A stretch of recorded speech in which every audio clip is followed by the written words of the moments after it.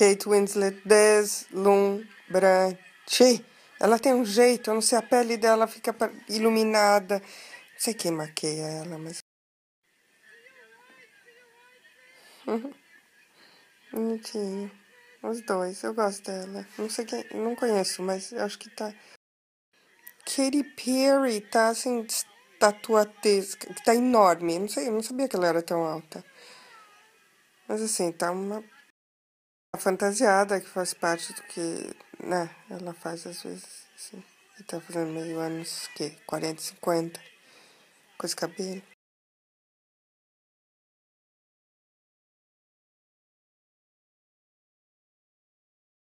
Nossa, o Matt Damon tá bem feio, coitada dela. Não é brasileira? Tão linda em geral. Gaga tá assim, elegante, senhora comportada. Uou, ficou maravilhosa. Adorei esse vestido. Esse é o tipo de vestido que eu acho que não é tomara que caia, enfeita mesmo.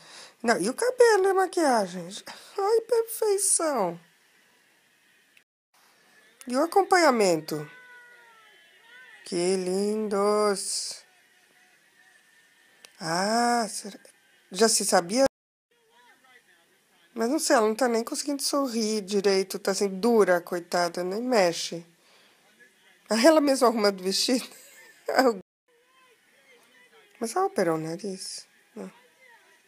Já era assim fininho?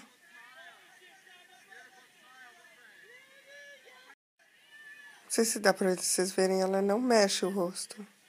Oh, there you go, DiCaprio. A Jennifer tá dando entrevista pro Ryan Seacrest, que também tem Snapchat. E assim a gente vê a parte de trás do vestido, que tá bem legal. Ela deveria ficar um pouquinho mais reta. Sim, pra ficar perfeita. O cabelo tá lindo. E a joia também.